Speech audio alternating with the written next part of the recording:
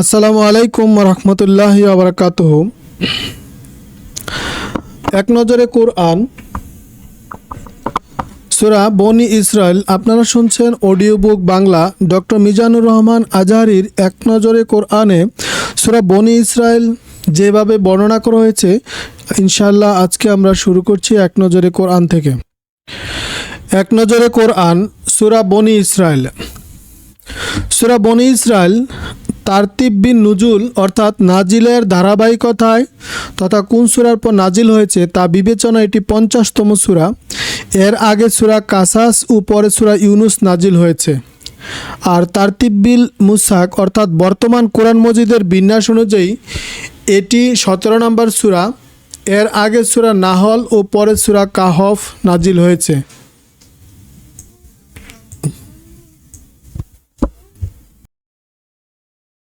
এক নজরে বনি ইসরাইল সূরার এটি মাক্কি যুগের শেষ বছর মিরাজের পর নাজিল হয়েছে। আর সূরা নাম্বার 17 আর আয়াত রয়েছে 111টি। নামের রহস্য। বনি ইসরাইল মানে ইসরাইল অর্থাৎ ইয়াকুব এর বংশধর। সুতরাং 4 থেকে 8 নম্বর আয়াতে বনি ইসরাইলের উত্থান পতনের ব্যাপারে আলোচনা এসেছে। সেখান থেকে সূরাটির নামকরণ করা হয়েছে বনি ইসরাইল। এই সূরার অপর নাম ইসরা, যার অর্থ রাতের সফর। 1 নম্বর আয়াতে মিরাজের রাতের সফরের কথা উল্লেখ থাকায় এর নাম দেওয়া হয়েছে ইসরা। আর এই সূরার মেজর থিম হচ্ছে নবীজির মেরাজ, তাওরাত ও বনি ইসরাইল। 2 নম্বর হচ্ছে বাবা মার প্রতি সম্মান, রোগের উপশম কোরআন। 3 নম্বর হচ্ছে অকৃতজ্ঞতার শাস্তি, অবৈধ সম্পর্ক থেকে দূরে থাকা। এক নজরে কোরআন সূরার শুরু এর শেষ সম্পর্কে বলা হয়েছে। তাসবিহ বা আল্লাহর পবিত্রতা বর্ণনার আলোচনা দিয়ে সূরাটি শুরু হয়েছে আর শেষ হয়েছে তাহমিদ বা আল্লাহর প্রশংসা বর্ণনার মাধ্যমে। এই দুটি বিষয় পরস্পর গভীরভাবে সম্পর্কিত।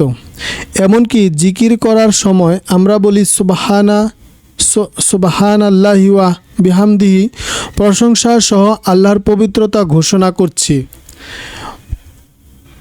সূরা বনি ইসরাইল অন্য সূরার সাথে কী সম্পর্ক রয়েছে? এই সূরার আগে সূরা হলো সূরা নাহল, যার শেষে আল্লাহ তাআলা বলেন, যারা আল্লাহর অবাধ্যতা এড়িয়ে চলে এবং সুন্দরভাবে তার বিধিনিষেধ মেনে চলে, আল্লাহ তাদের জন্য আছেন। আর আল্লাহ এই সূরার শুরুতেই তেমন একটি দৃষ্টান্ত তুলে ধরলেন যেখানে তিনি তার নবীকে মিরাজ করিয়েছেন এবং মনোবল বাড়িয়েছেন। আর শানে নজুল হচ্ছে আল্লাহ রাসূল সাল্লাল্লাহু আলাইহি সাল্লাম এর মুখ থেকে তাওহীদের বাণী প্রথম বের হওয়ার পর কেটে গেছে 12টি বছর। এই 12 বছরে হাজারো ঝড়ঝাপটা বয়ে গেছে। শুরুতে ঝড়ের মাত্রা মৃদু হলেও সময় যত গড়িয়েছে ঝড়ের গতিও তত বেড়েছে। একটা সময় মনে হয়েছিল কাফিরদের প্রলয়ঙ্কারী এই ঝড়ের সামনে তাওহীদের চারাগাছটি বুঝি শেকড় শুদ্ধ উড়ে যাবে। নবীজি ও তার সঙ্গী সাথীরা বুঝি চিরতরে হারিয়ে যাবেন দুনিয়ার বুক থেকে। তবে না, তেমনটা হয়নি। আল্লাহ তাআলা তাওহীদের বাণীকে স্থিরভাবে টিকিয়ে রেখেছেন। কাফিরদের শত অত্যাচারের মুখে রাসূল ও সাহাবীর এক মুহূর্তের জন্য তাওহীদের দাওয়াত থামিয়ে রাখেননি। গোটা আরবের এমন কোনো গোত্র বা অবশিষ্ট ছিল না যাদের মধ্যে 2 জন ইসলাম গ্রহণ করেনি। এমনকি মদিনার শক্তিশালী 2টি গোত্র আওস ও খাজরাজ নবীজির হাতে বাইয়াত নেন, নবীজিকে মদিনায় আশ্রয় দেওয়ার প্রতিশ্রুতি দেন। তখন এমন একটা অবস্থা হয়েছিল যে মুসলিমরা নিজের জন্য আলাদা একটি রাষ্ট্রের স্বপ্ন দেখতেই পারে। তবে এটা সত্য যে কাফিরদের লাগাতার অত্যাচারে নবীজি শারীরিক মানসিকভাবে ভীষণ কষ্টের মধ্যে ছিলেন। সব মিলিয়ে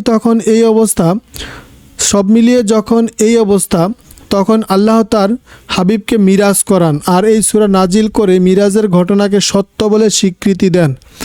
তবে এতে পুরো মুসলিম উম্মাহ চাঙ্গা হয়ে ওঠে।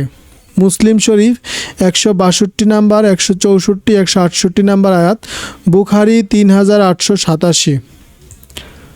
এক নজরে কোরআনের সূরাটির সেগমেন্ট হচ্ছে এক নাম্বার সেগমেন্ট হচ্ছে আল্লাহর অনুগ্রহ। যুগে যুগে আল্লাহ তাআলা যত রাসূলকে দুনিয়ার বুকে পাঠিয়েছেন তাদের এবং তাদের জাতির উপর তিনি অনুগ্রহ করেছেন। 2 নাম্বার হচ্ছে শাস্তি। নবী রাসূলদের সাথে তাদের অনুসারীদের উপর আল্লাহর অনুগ্রহ অফুরান্ত, তবে অবাধ্যতায় লিপ্ত হলে আল্লাহর শাস্তি বড়ই ভয়ানক। অনুগ্রহে কৃতজ্ঞতা বোধ। আল্লাহ এই অনুগ্রহের উপর কৃতজ্ঞতা আদায় করা জরুরি, আর কৃতজ্ঞতা আদায় করতে হবে তার আদেশ নিষেধ যথাযথভাবে মেনে চলার মাধ্যমে। ফজিলত। আয়েশা রাদিয়াল্লাহু থেকে বর্ণিত, তিনি বলেন, নবী সাল্লাল্লাহু আলাইহি সাল্লাম সূরা বনী ইসরাইল ও সূরা জুমার না পড়ে ঘুমাতেন না। তিরমিজি শরীফ 2920, হাসান নাউফ 2349। Cause of effect.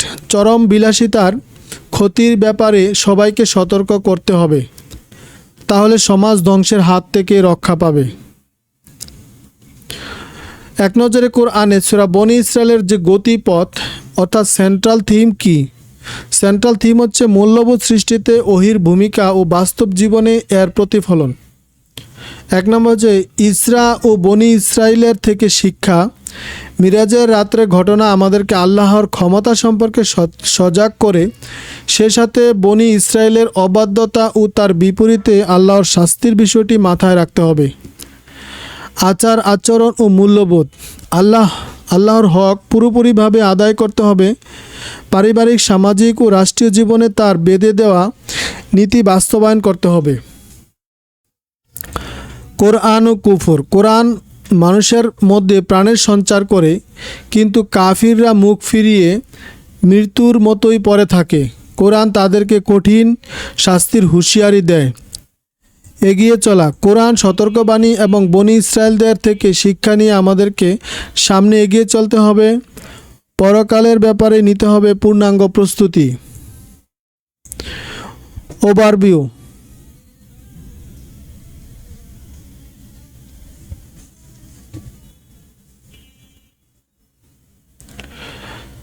আল ইসরা ও মিরাজের ঘটনা, মুসা আলাইহিস সালামকে বিশেষ সম্মান এবং বনী ইসরায়েলের ব্যাপারে আলোচনা করা হয়েছে আয়াত নাম্বার 1 থেকে 5 মধ্যে। আর আয়াত নাম্বার 6 থেকে 8 আলোচনা করা হয়েছে অবাধ্যতার শাস্তি হিসাবে চরম অপদস্থ হওয়ার পর এক সময় বনী ইসরায়েলের বিজয়ী ও নিজেদের রাজ্য পুনরায় দখল। পবিত্র কোরআনের লক্ষ্য ও উদ্দেশ্য নিয়ে আলোচনা করা হয়েছে। এসেছে আল্লাহর অসীম ক্ষমতার কিছু উদাহরণ। বাবা মার সাথে করণীয় ও বর্জনীয় বিষয়গুলো নিয়ে আলোচনা হয়েছে। নিকট আত্মীয় ও দরিদ্র ও মুসাফিরদের অধিকার ও ইসলামী সমাজের মৌলিক কিছু নীতিমালা তুলে ধরা হয়েছে।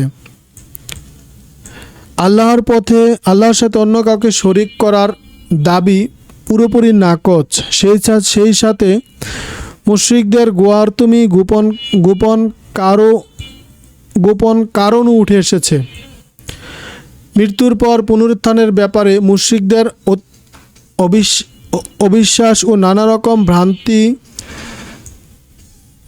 বিশ্বাস দূর করতে তাদের সাথে উন্মুক্ত আলোচনা করা হয়েছে।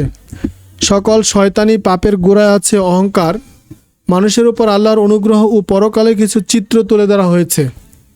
নবী সাল্লাল্লাহু আলাইহি সাল্লামকে মুশরিকদের প্রলোভন ও তার প্রতি আল্লাহর নির্দেশনা, মুশরিকদের অলৌকিক নির্দেশন দেখার আবদারের জবাব, মুসা আলাইহিস সালামকে দেওয়া কিছু নির্দেশনের আলাপ, আল্লাহ পবিত্র নামগুলো উচ্চারণ করে করে তার কাছে দোয়া করার আহ্বান। সূরা বনী ইসরাইলের কেস স্টাডি।